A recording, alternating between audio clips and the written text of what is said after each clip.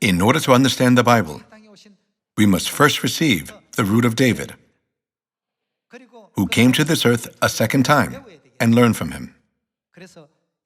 In the Gospel of John, chapter 6, Jesus clearly taught, "No one can come to me unless he is taught by God."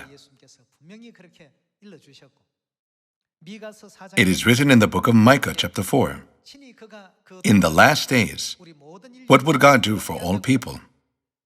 It says He will teach us His ways." We need to learn these teachings from Him. We cannot enter the kingdom of heaven through a pastor, nor through a doctor of theology. God is the only one who can guide us and lead us there. We do not need to look for other ways. We only need to receive the second coming Christ, our Messiah, who will come to this earth again and will guide us only with His words. In Revelation chapter 3, verse 12, it is written, "Him who overcomes, I will make a pillar in the temple of my God. Never again will he leave it. I will write on him the name of my God and the name of the city of my God, the New Jerusalem, which is coming down out of heaven from my God. And I will also write on him my new name." Doesn't "I" here refer to Jesus when we read Revelation chapter 1, verse 1? It says Jesus' new name will be written on him.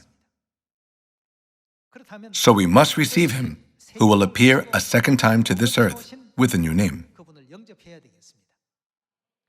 But there are so many people in the world who claim to be the second coming Christ.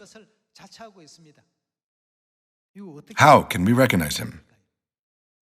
Don't you think there is a way for us to recognize him? In American society, every individual has an ID card. We too show our ID card to confirm our identity. Even to go to Jeju Island from Seoul, you cannot get on a plane unless your identification is confirmed.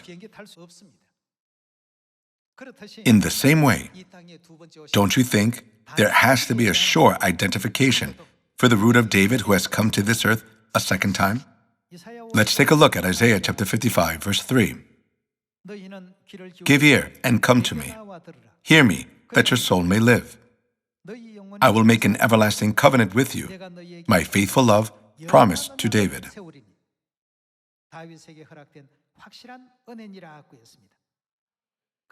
Here, it says an everlasting covenant is promised to David. Then let us see what is the everlasting covenant through the book of Hebrews chapter 13. Chapter 13, verse 20 says, "May the God of peace, who through the blood of the eternal covenant brought back from the dead our Lord Jesus, that great shepherd of the sheep."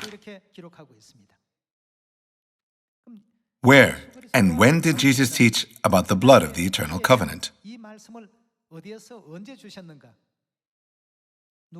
Luke chapter 22, verse 7 says,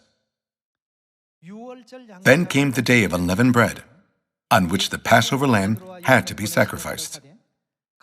Jesus sent Peter and John, saying, 'Go and make preparations for us to eat the Passover.'"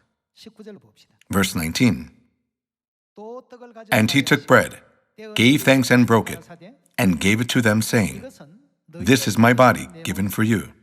Do this in remembrance of me.' In the same way, after the supper, he took the cup, saying," the Passover wine was inside of the cup. This cup is, what is this cup? The new covenant in my blood, which is poured out for you. We can confirm that the eternal covenant from Hebrews chapter 13, verse 20, and the covenant that was promised to David in Isaiah chapter 55 refers to the new covenant.